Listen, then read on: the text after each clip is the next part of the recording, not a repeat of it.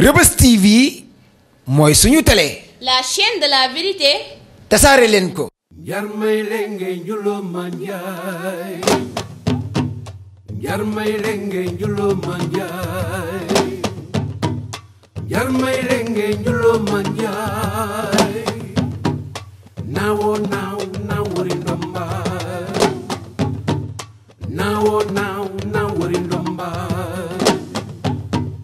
Joklen ñun na wori ndomba. Toko dem na lel. Tok na ci gëna gaay. Ñu takk tengre ya gëna cëp.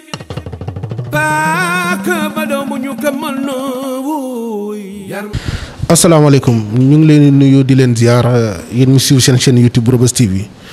comme ni ngeen ko xamee ñu ngi ak waa EMAD ak plan international di def liggéey bu am solo ñoom commencé nañu seen programme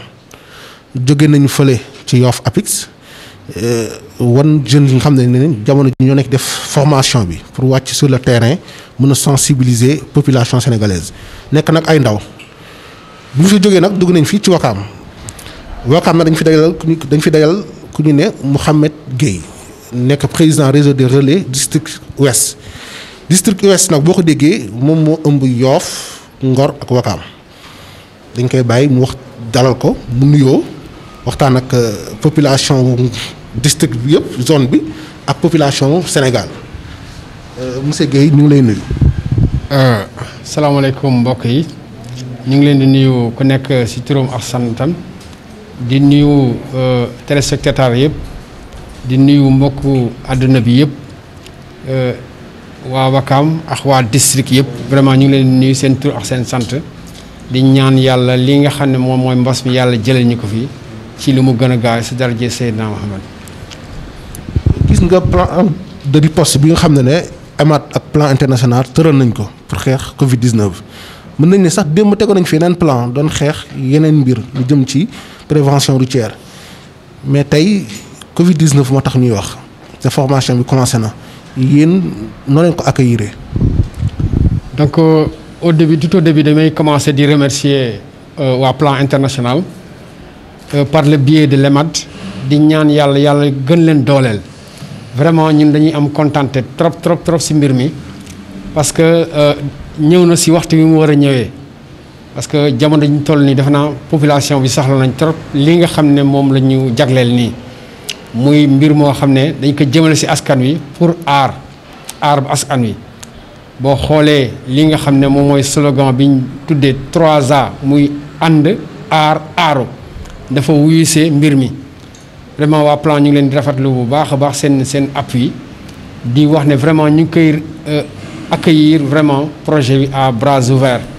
parce que vraiment waa population bi kontaan nañ ci trop parce que boo xoolee démb ni ñu accueillir mbir mi waa Wakaam nga xam ne kontaan nañ parce que ñi ñu sélectionné woon sur les 7 quartiers traditionnels vraiment ñëpp ñëw amul exception te kenn tardewul ci mbir mi ku nekk heure bi ñu la joxoon ñëw nga ko ñu def formation boo xam ne vraiment c'est impeccable Wakaam yëpp kontaan ci. li ma gën a impressionné mooy aussi organisation bi nga xam ne ak dal gi nga xam ne relais communautaire yi am nañ ko en plus de cela boo xoolee bi ñuy ñëw ñoom dañu solu seen kër déguisé wu sol seen t-shirt seen casquette seen masque lépp dugg ci biir village yi ñëw sur les 7 quartiers donc bi ñuy ñëw ku ci nekk di leen gis seen tenue ni mu rafetee ñu naan lan moo xew vraiment ñu xam ne affaire bi am na impact au niveau du village. donc ñu ngi ñaan vraiment waa plan ñu yokku ba nga xam ne dinañ am yeneen projet yoo xam ne dina ñëw jàppale ñu ci yeneen cadre pourquoi pas ci bii sax ñu gën ko élargir au niveau des yeneen zones yi nga xam ne moom mooy Wakaam parce que tey jii nii yeneen quartier yi dul quartier traditionnel ñu ngi laaj ñoom bi ñu gisee mbir mi ni mu amee impact ñu ne non yéen da ngeen am ñoo leen beral loxo ñu ne non c'est pas à notre niveau mais c'est au niveau de plan ñoom ñoo xam seen plan de travail ñu basé wu par rapport ak li nga xam ne moom mooy quartier traditionnel mais dinañ jéem a waxtaan ak ñoom xool ban disposition lañ mën a am pour que élargir que ci yeneen quartier yi parce que dama naan Wakaam benn quartier la en quelque sorte ñun ñëpp ñoo bokk te lii nga xam ne moom la ñuy liggéey pour Wakaam yëpp la donc mënoo liggéey benn secteur bàyyi beneen secteur dafay mel ni dafay am distanciation boo xam ne vraiment dafay nekk ci population yi te yeneen quartier yi ñi fa dëkk mooy ñi jóge ci quartier traditionnel dem dëkk ji foofu donc Wakaam yëpp ñoo ànd vraiment di remercier EMAD di remercier Plan International. EMAD ak Plan International dañ leen remercier bu baax a baax tey dañuy dem ci biir kër yi waxtaan ak famille yi sensibiliser leen ban accueil la waajur yi war a taxawee pour jeunes yi nga xam ne ñoo war a ñëw tey dugg ci kër gi war a waxtaan ak ñoom ban message nga leen lancé. defe naa sur le plan mondial mbir mi jëkkewul fii donc si yeneen pays yu développé la commencé ñëw fii si suñu dëkk ñun dañ doon am aperçu rek si télé bi ñu naan am na tant de malades am na tant de ñu nekk dans le coma am na tant de morts am na tant de contaminés par voie contact par communautaire si télé bi rek lañ ko doon dégg donc bi muy ñëw si dëkk bi le 2 mars suñu premier cas ku nekk tiitoon na instant boobu Sénégal yëpp a tiitoon ba président de la République jël ay mesures après yoo xam ne mooy interdire rassemblement yi mooy interdire mooy mettre en place le couvre-feu et l'état d'urgence donc ñun ñëpp lañ tiitoon mais bi mbir mi di dem ñu xam ne mbir mi yàlla moo ñu si jàppale en quelque sorte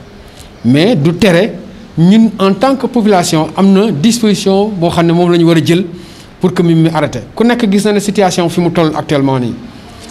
mbir mi mu ngi gën a yokku cas yi ñu ngi gën a yokku te yokku bi dafa nekk cas yokku boo xam ne dafay généraliser wu sur le dans tout le Sénégal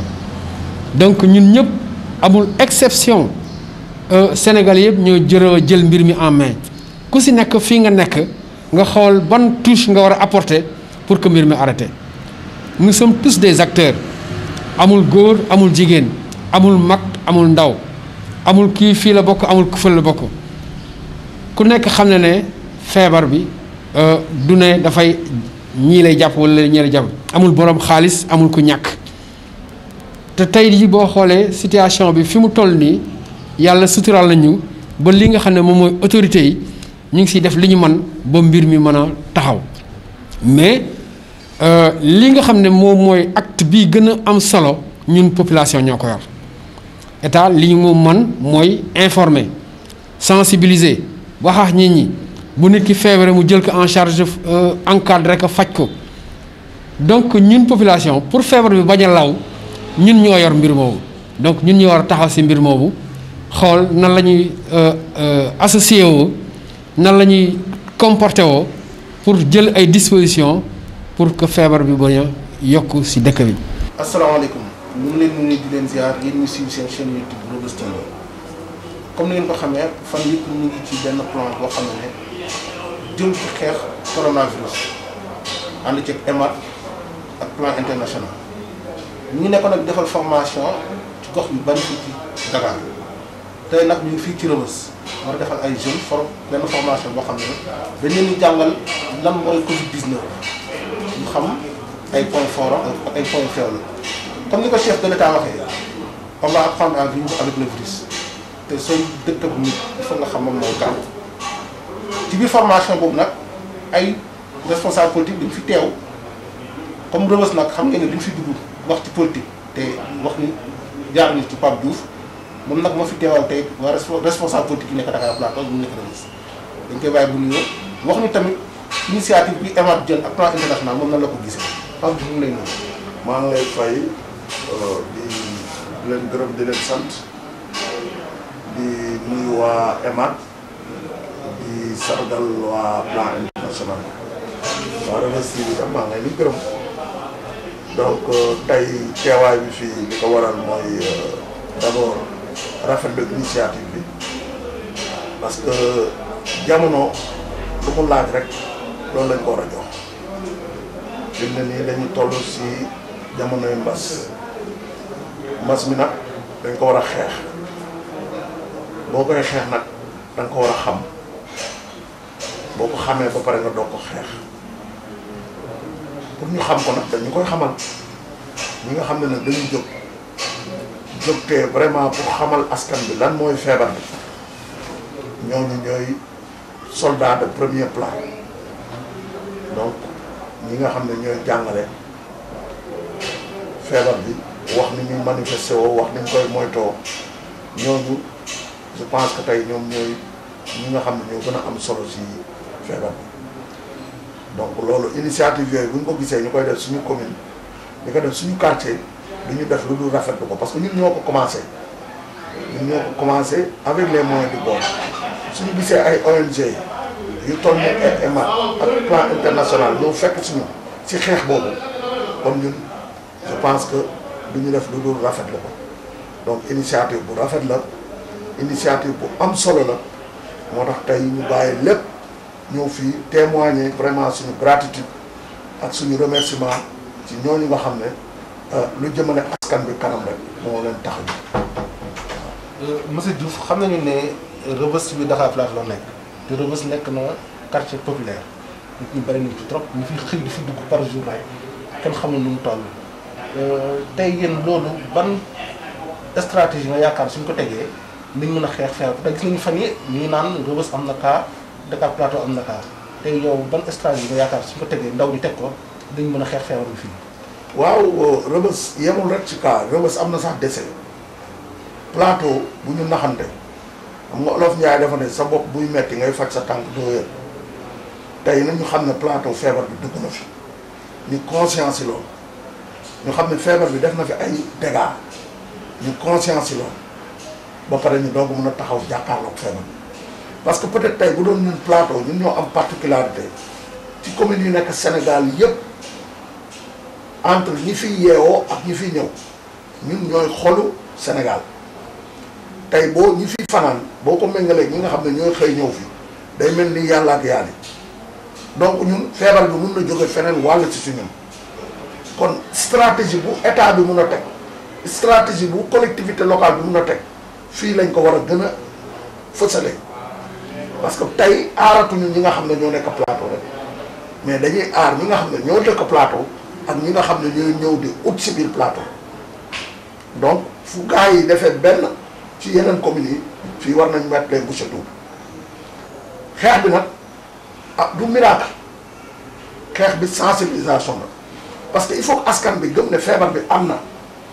parce que nit ki boo gëmul dara tam doo ko moytu loolu nag dafa laaj ñu xamal leen sensibiliser leen bu loolu weesoo nag feebar bi moom li koy prévention bi fexe mu bañ na dal pour bañ mu dal la nag dafa am comportement bu nit ki war a am li ñuy wax nag la répétition et la pédagogie nit ñi da ngay dëkk seen nopp di leen ko dégtalaat bu yàggee ñu capté ko te amul xaaj ak seen na parce que tey li ñuy wax ci confinement nit mun na confiné wu biir këram jël disposition am yëpp mais nit jóge fa la ñëw jox ko kon tey amul wax Jean bàyyi Paul feebar bi boo sensibiliser kenn bàyyi keneen rek sa liggéey presque zéro la. Rebeuss TV mooy suñu télé. La chaîne de la vérité. tasaare leen ko.